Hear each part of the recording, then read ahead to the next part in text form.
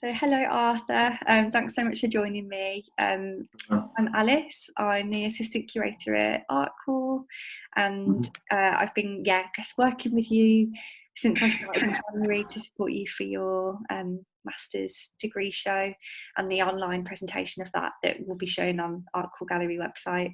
So it's been really great to hear more about that kind of development and your work, and I just thought today would be a really nice opportunity to share that with everyone else. You can talk about your ideas and your practice. So I thought, we'd start off by introducing yourself and your practice. I know that you mentioned that you'd studied photography previously at Nottingham-Trent University in the 90s. So I thought it'd be really interesting to hear more about how your experience as a student has changed from then till now.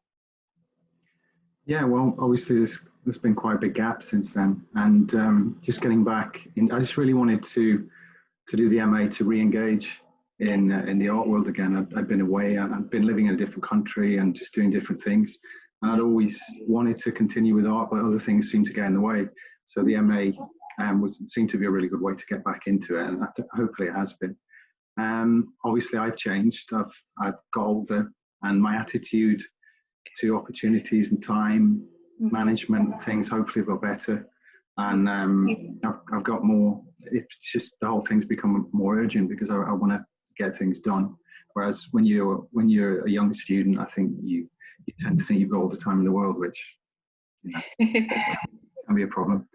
And it was predominantly analog photography when I was studying at Nottingham, so that had its own kind of alchemical kind of sense to it, the way that it was a chemical process. It was different materials that you were using, and I think obviously photography's changed a lot since then. It's become really ubiquitous and millions of images floating around the internet all the time. So I think that's a different challenge now for artists that use photography.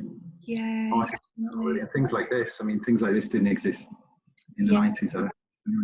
Yeah, I was just going to say, actually, that idea of having things so much more kind of at our fingertips and not having to just use one kind of form of device or equipment. I guess that's really changed as well over I think photography was a really good foundation. I studied A-level photography, then a degree in photography, history of photography, the whole thing.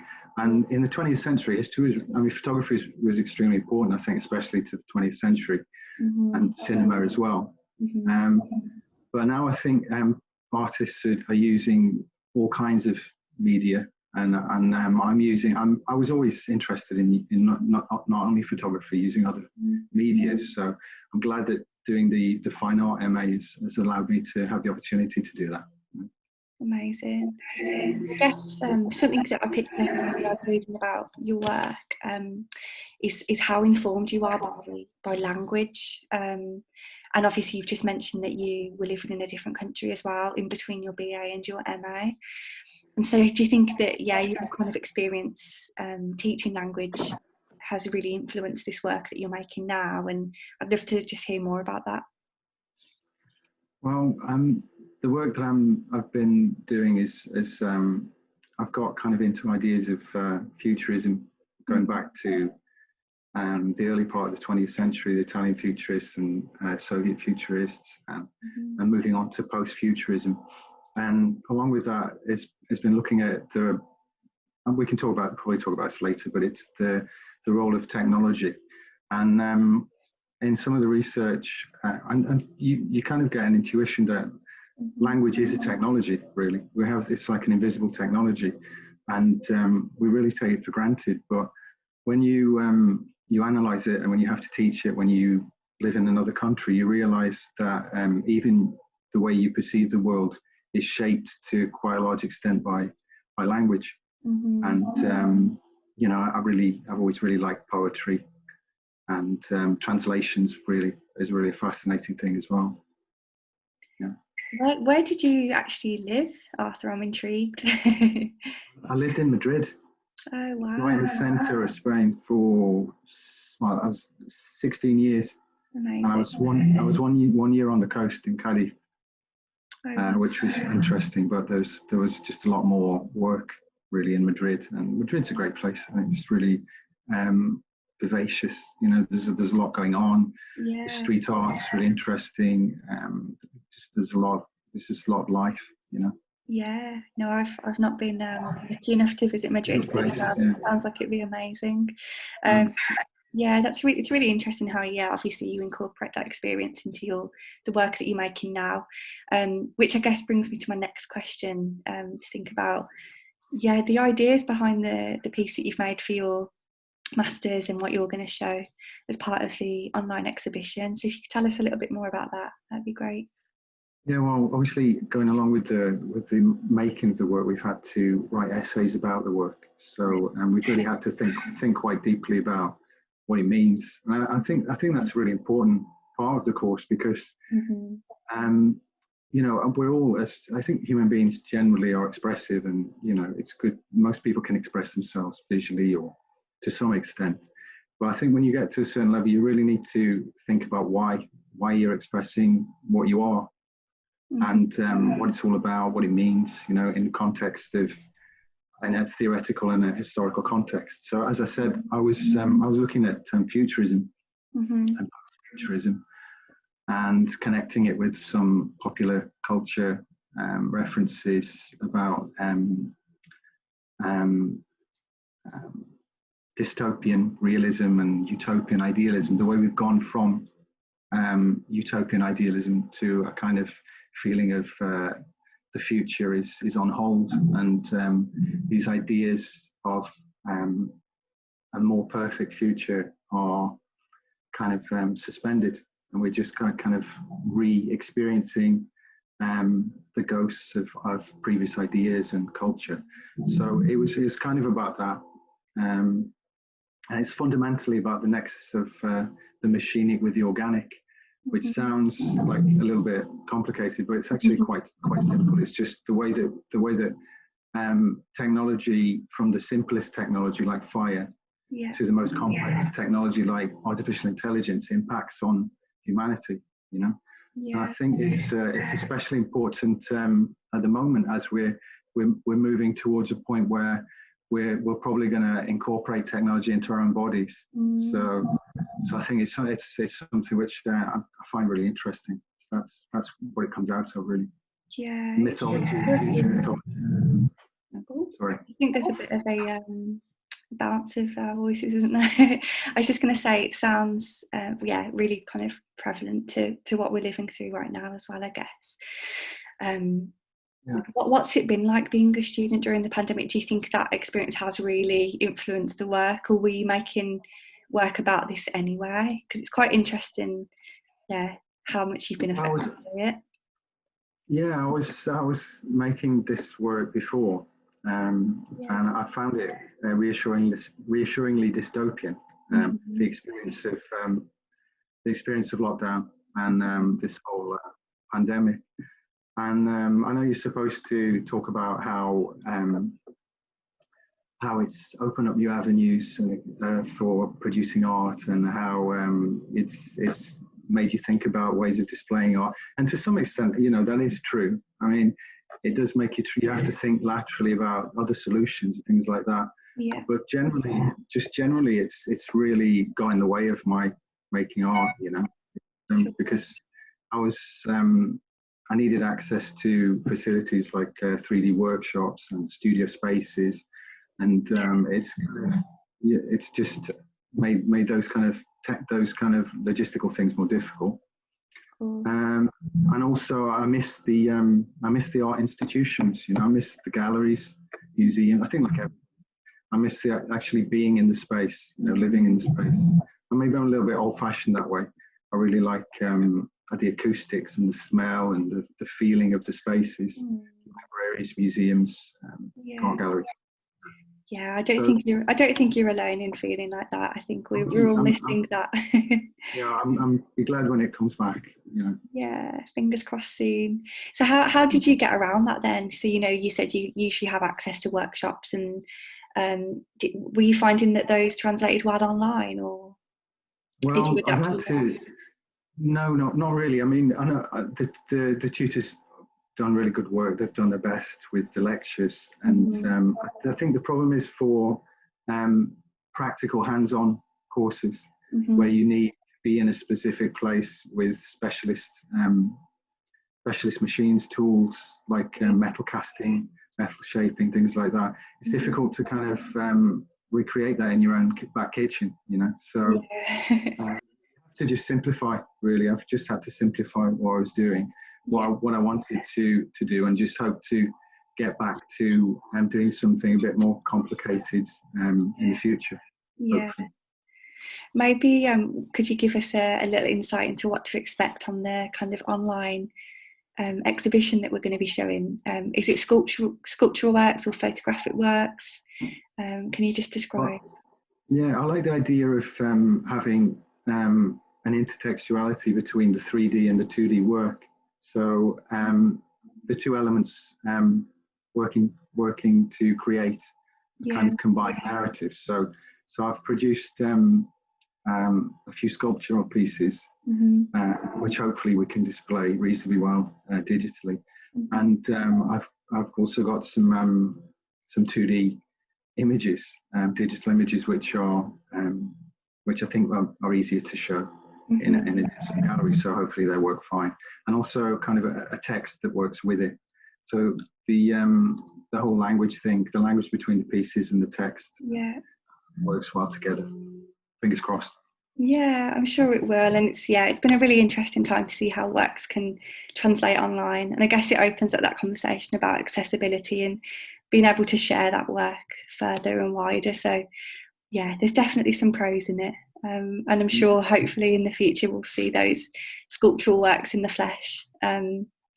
Because I think physicality is quite important. I mean, you know yourself, don't you? Just the physical sense of being in an object, or if it's an installation, I think an installation needs to be experienced in person, ideally. Obviously. And it obviously sounds really important. For the viewer to experience your work in that way. Just thinking now, if you could give any advice to anyone thinking about studying or practicing art, what would you say to those people? Well, I mean, I initially would think about what your motivation is for studying art. So I think it's arts, and I don't mean to sound pompous or anything, but I think that it's kind of a vocation, because it's difficult to see short-term reward from being an artist, I think. So you have to really be compelled to want to make art, first of all. And I think you know that from as a child, when you're the kind of kid that is always drawing in math class, and you're always getting told off for drawing in math class. And you kind of know you can't help yourself from just making images or doing stuff, even when it's not in your interest to do that. You know what I mean? So if you know you're that kind of person, I'd say, well, that's one thing to look for.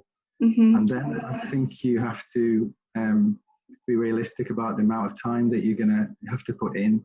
And then if you can combine it with some other high-paying skill to just pay the rent when while you're working on and you're investigating, and before you make the big money, which may never happen. Good thing as well, if you can fly a helicopter, or if you've got other highly paid skills, that's helpful. And you often find that those artists, whatever it is that you do on the side, it very often informs your work. Like, as you said, those years that you spent teaching language and being in an environment where you were really dissecting language has obviously had such an impact on your work now. So I think combining things is really good, but I read somewhere that to maintain a practice you need to do approximately minimum of 20 hours a week in order to maintain an artistic practice. So if you're thinking you're going to be working between 20 and 40 hours a week, doing 20 hours on your practice, you have to kind of think that you're going to have to be working quite hard, For sure. I think you have to be aware of that. Yeah, that motivation is crucial, isn't it? So what are your plans for the future then? Where are you based currently, Arthur? Are you in Derby or are you outside? No, I'm in Norfolk at the moment. Sure. So I'm kind of like in stasis, just floating in a kind of nothingness of just Okay. waiting, really. And I'm hoping to continue making art, but I need to find some studio space as soon as possible. Sure. Obviously, that's the main goal. But Mhm. other than that, I think probably combine it with some teaching and just try and enjoy it and try and think about what it means, you know. Because I think if you're making art and you're not thinking about what it means, Yeah. or it's not useful. I think you need to believe that it's meaningful and Mhm. it has a strong purpose. So hopefully I can do that. That's really it's really good to hear that. Yeah, you'll be kind of continuing your practice, and yeah, I think, yeah, I mean, obviously having a studio space can be so important, but as long as you're, yeah, continuing to think and read, and yeah, it sounds like you're very motivated to do that. I um, mean, one other thing I'd say to people thinking of studying art is that don't just think it's about just painting away or chipping away a block of marble.